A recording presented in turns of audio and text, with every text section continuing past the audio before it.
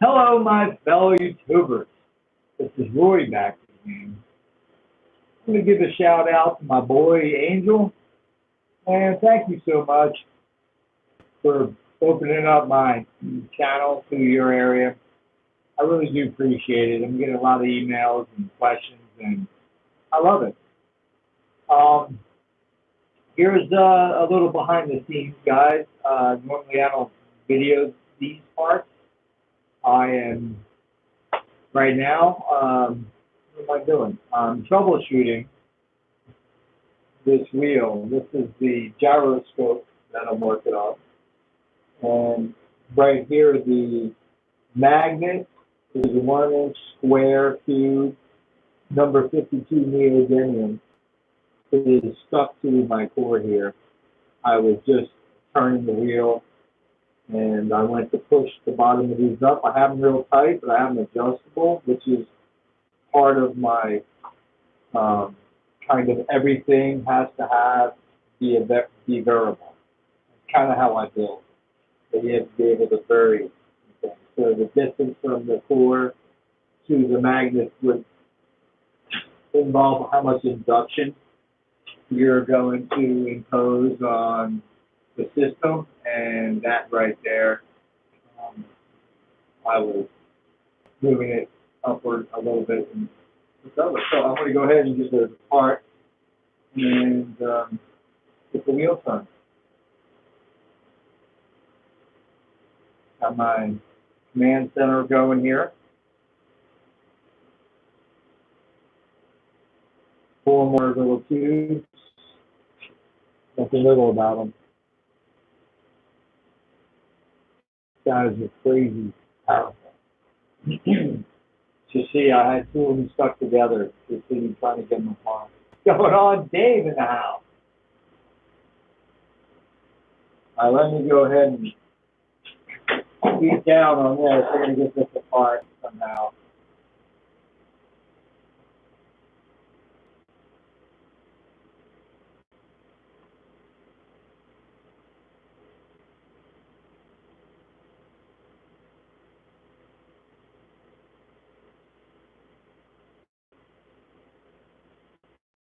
And you guys are building your own at your house or your workshop.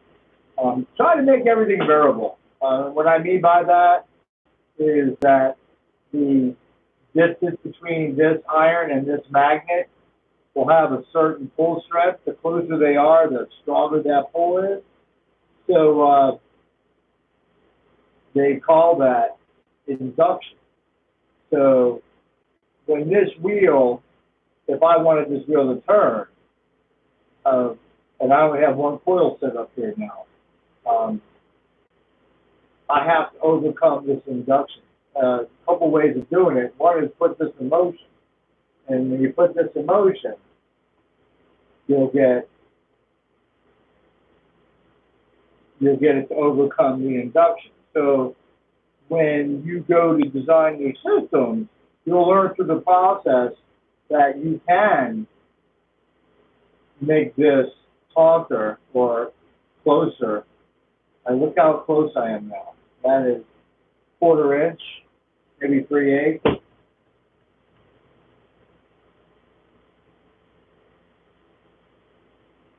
The induction is real strong, but it's overcoming it by motion. So it's that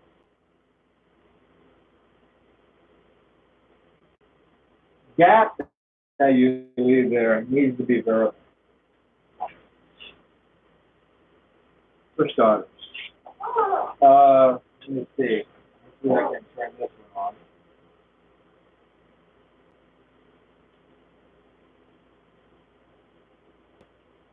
Shazam. So I guess the magical moment would be if this thing could hold itself up on the axis right there. I get it turning. That would be the magical moment, but I don't believe it would. This would be the first time I'm turning it, and I don't think 1 coil is going to do it. I think it's going to be a combination of several coils. And you get your position right. Sorry about the bounce of the camera.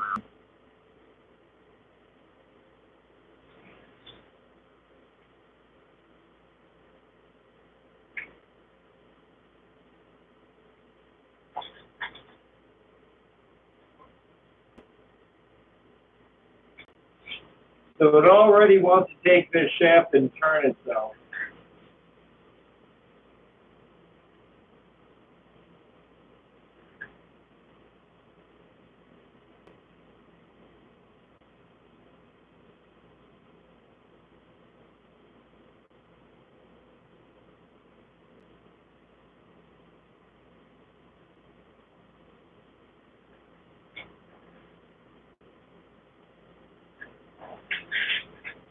So I have this rod holding this up. It's not turning that fast. And I've been having issues.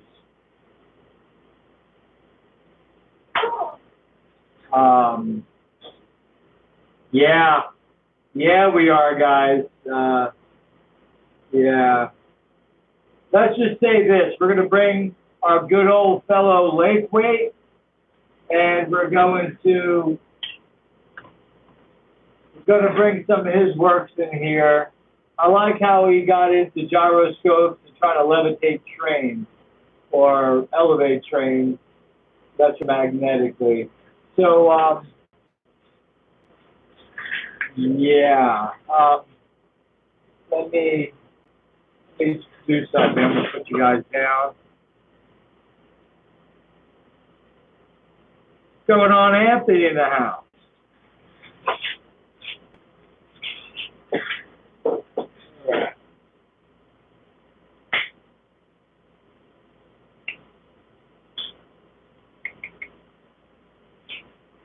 What I wanted to do was to be able to up the voltage. And let me move the induction up while it's turning. And look, it just picked up speed.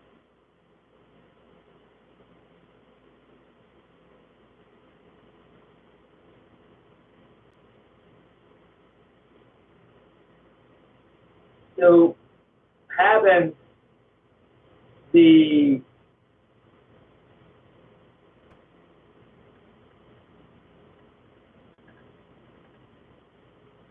So this has to be tight down bottom.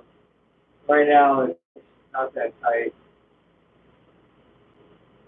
And the induction is making it tough. So that's something to notice. See how it's shaking. So having that taut. And then it slowed down because the induction. Ooh.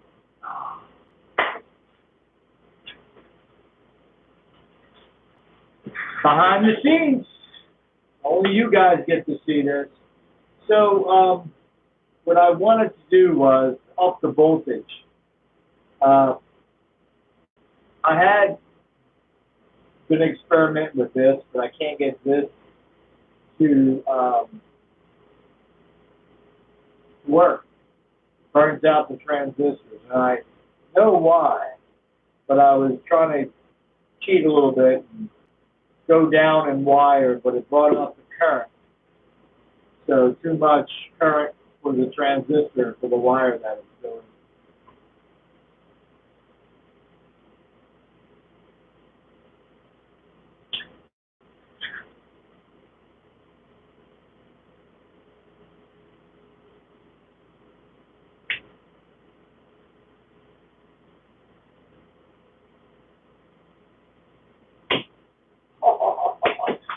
Oh, yeah.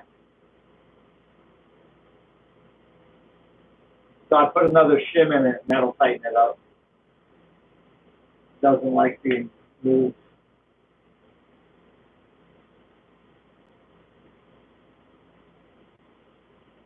So what I was going to do to increase the to increase the voltage.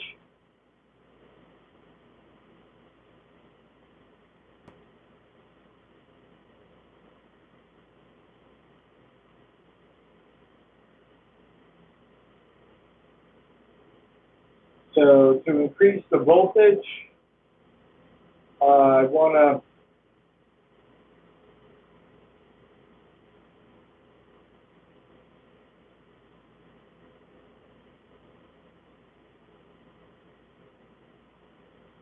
increase the voltage.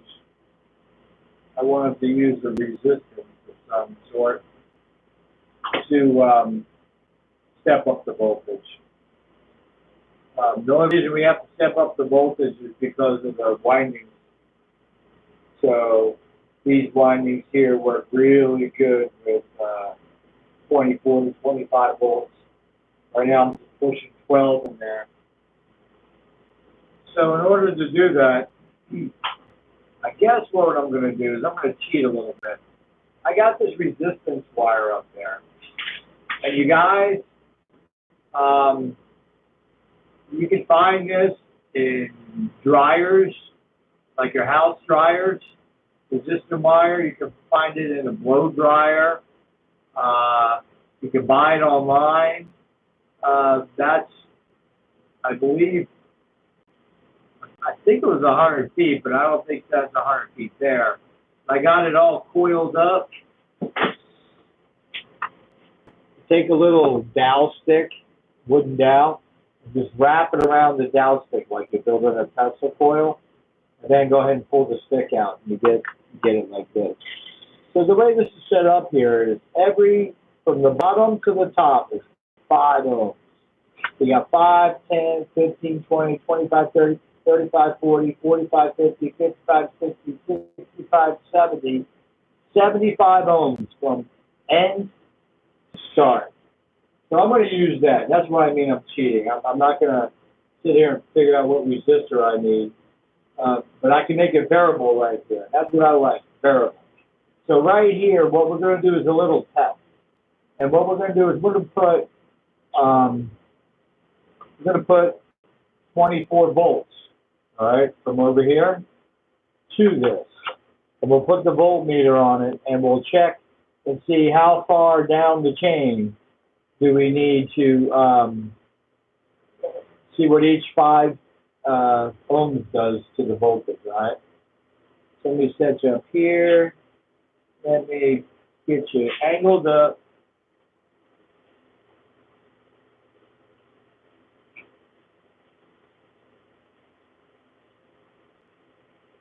All right. And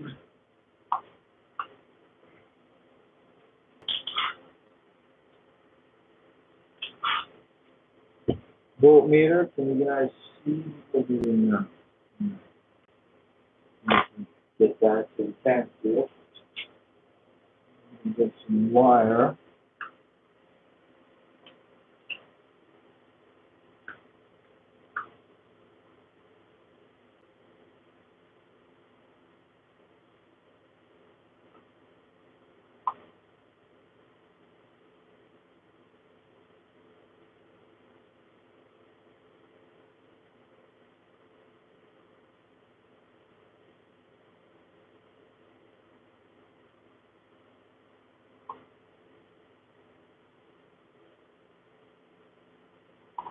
Alrighty, so the negative, hooking 2 car batteries together, 2 12-volt, no, not car batteries, 2 12-volt alarm batteries. They're both 7 amp hours. So you still got 24, and they're probably both at 12 and a half.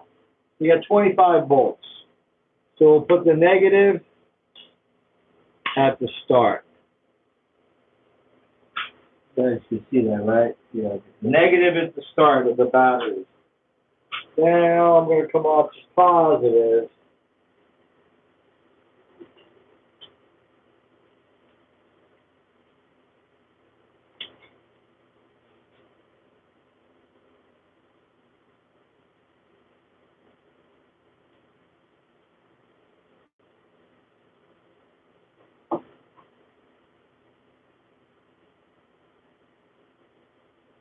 Pretty curious myself how much resistance is needed to knock down the voltage. I bet not much at all. All right. So I got positive over here. So we're going to connect the negative to the start. All right, and then we're going to connect the positive to the positive right here. So when I go to touch this wire on this resistance, you guys can't see that, huh? All right, so why are we at 12 volts? This should be big battery.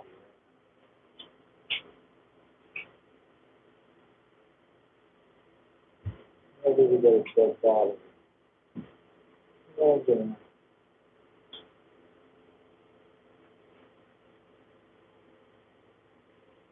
Yep, we're having so many batteries around. Maybe I can't find a charged one when you need one. See what this jewel has in it.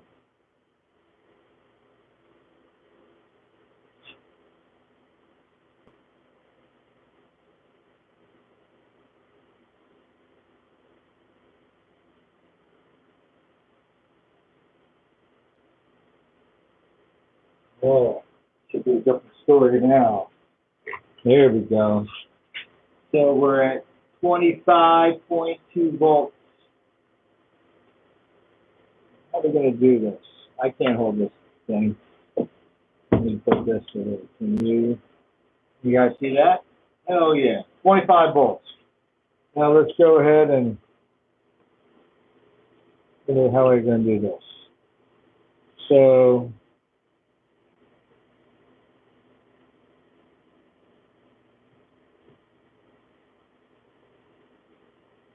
I guess if we connect this here, and if we connect this here, 21 volts. We connect that to the end, 21 volts. Connect it over here, 15 volts. All right. So I guess I pretty much connect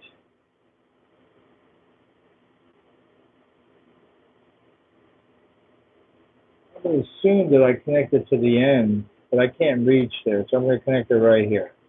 So we're missing 5 ohms. But so when I move, what is that at now? So it changed itself by moving it far away. So if I move it this way, we're knocking the volts. So now we're down to 3.5 volts. See how that works? So we're leaning towards the negative side. So come towards the positive. This is going to be 10 ohms of resistance. So we're at 19. So we started at 25. Get back to that start number. So there's the start number. Right now we're at 23 volts. 2 batteries.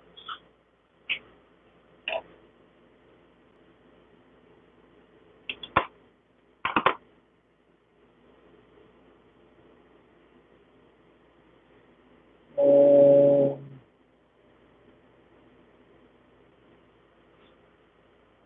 20 volts.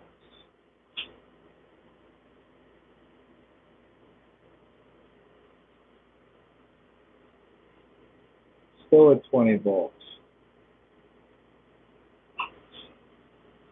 19.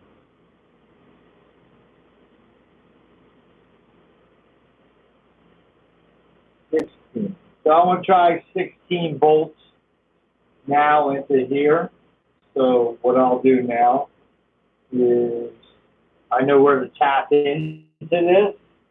All right, you guys get me with this? So you got 5, 10, 15, 20, 25, 30, 35, 40. 5, 10, 15, 20, 25, 30, 35, 40, 45, 50, like 51. No. 51. Oh no. 51 ohms. Taken to knock that down. That's crazy. So 51 ohms. Knocking that down to 16. now I know where to tap it. So I'm going to tap one end here and one end here. So this is the positive, this is the negative side. So this is the ohms. So we're at 5, 10, 15, 20, 20, about 23 ohms. So we're looking at about 23 ohms. So you got from there to there. So you got 5, 10, 15. Wait, hold on. So we're not using that length. So we got 5, 10, 15, plus that would be 20 there. So yeah, we're about -3. 2.5. Half of it would be 2.5. So a little less than that. That's pretty great though. So we're going to say 5, 10, 15, 19 ohms of resistance. Brings us to 16.5. See how she works. Now, what do I do? I got to get some wires over there. So they are already there. We'll just work.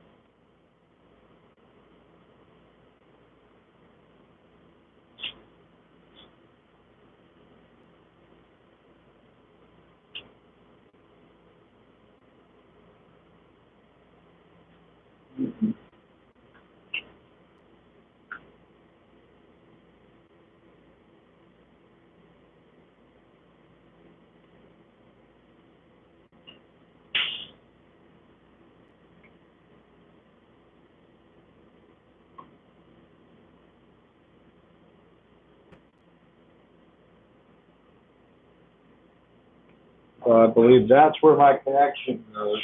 So I moved the connection from there over to there. Then I still am using 5, 10, 15. Didn't move that. So let's see if this thing works.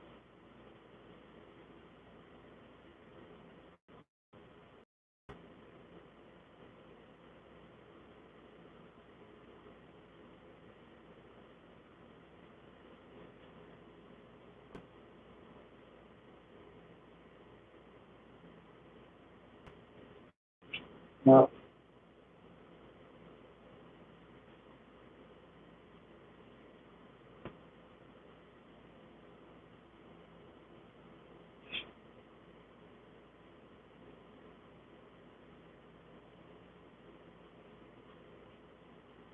Back some resistance out. Come over here. Let's move this over to here. Let's see if we can get something out of it. Nope, not yet. Great. Hello. Wires is. What's this thing?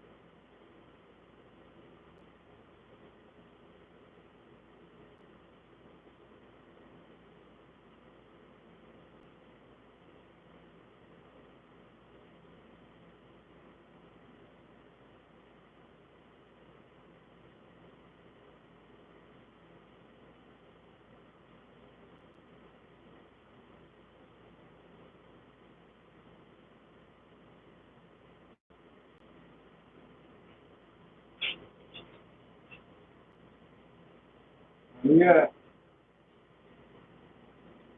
Already.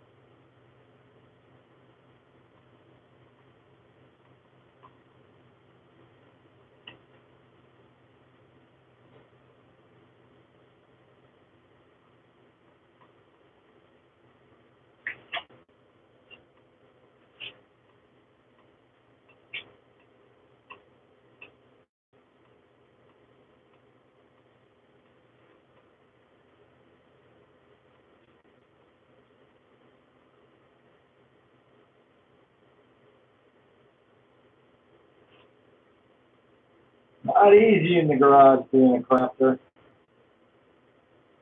Holy shit. What I had to do.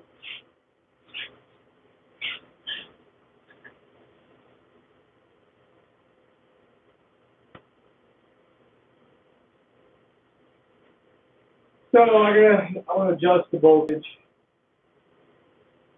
You can see how it's twerking itself. So I got a lot of theories here how to really get this thing to how to get this to be the best gyroscope I ever seen. Possible flying machine.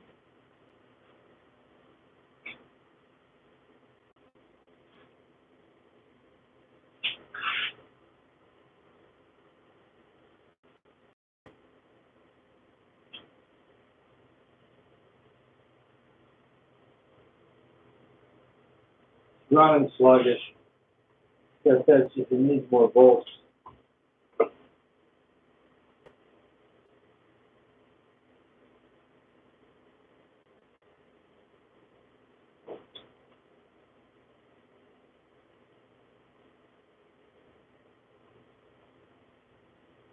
Oh! Watch turning things, right?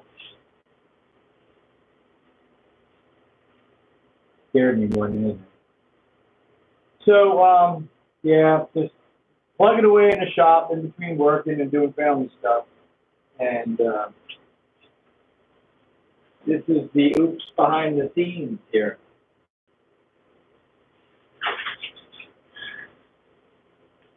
It's all about the winding. There's a lot going on here. And pretty interesting stuff though, man. It's got me like pulled into it. Major. Because I know I can get this wheel spinning. But my question is this the right wheel to get spinning? But I guess it could be the start, my first wheel.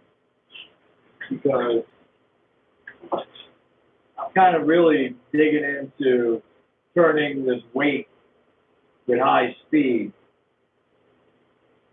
and putting more mass into the centrifugal force equation of this dynamic here. Messing with that is out of my envelope, out of my wheelhouse. Little wheelhouse. So, with that being said, ready to take on the task, but I'm trying to find time now to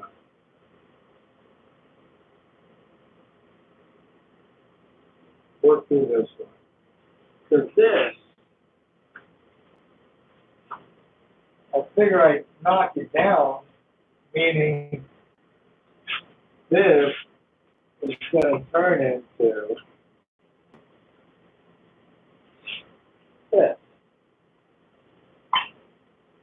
I don't want to get it stuck to my magnets. Too late. Oops. Stuck to the magnet. But anyway, but it's too much weight right now. So right away, I realized by attaching the shaft, we'll call this, the aluminum shaft, with a coil, and a coil, increases the weight. So, a bicycle wheel and turn it all by itself with no magnet, and it'll upright itself on an axial plane. We also know, if you watch Lakewaite's videos, he also shows experiments spinning a dumbbell, barbell, and a weight, and having a kid hold it up in his hand and turn it around. So that part of this has kind of got me really going.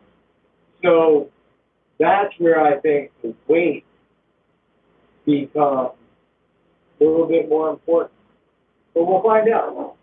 So I'll get this, I guess over the weekend coming up, I'll dig back into it. I mean, I'm playing right now, but you can see I'm just kind of stripping it down, and I take the oil off the top, pull the bottom, and I can't get it to go fast enough for it to handle the weight of one coil in that bar. That's aluminum, by the way. So that means I have some more research to do, which, like I said, I feel it's the inertia of, hey, the inertia of this steel here. What I'll do is I'll carve out a little magnet along the end and get that thing going on that shaft right there. And but I have more work to do with this before I jump to that because I need to see what this one's capable of doing. And right now I need to get the speed back. So I already knew on over there, on that little guy right there, I could speed it up. Now I can really speed it up with 4 coils. So I guess once I get one honed in, and then I'll tune it in, and then I'll use that tuning. That's where everything has to be variable. You have 4 different circuits for each one of those coils. And there's a lot of induction between that magnet and that coil, that magnet and that coil, that one and that one there. There's a lot of induction. So that's why you got to make these all variable so I can bring down, separate them so in the beginning it's not too much. And then dial it in. But I guess on my variable on these guys, I'm going to have to not allow them to throw themselves up to the magnet. So they're going to have to be, maybe I'll drill a little, take those drill holes and put stuff that screw in the drill hole. So when it goes up, it can't go any further. Kind of get them where I can lock them in. All right, guys. Well, yeah. Hope you all doing good with your.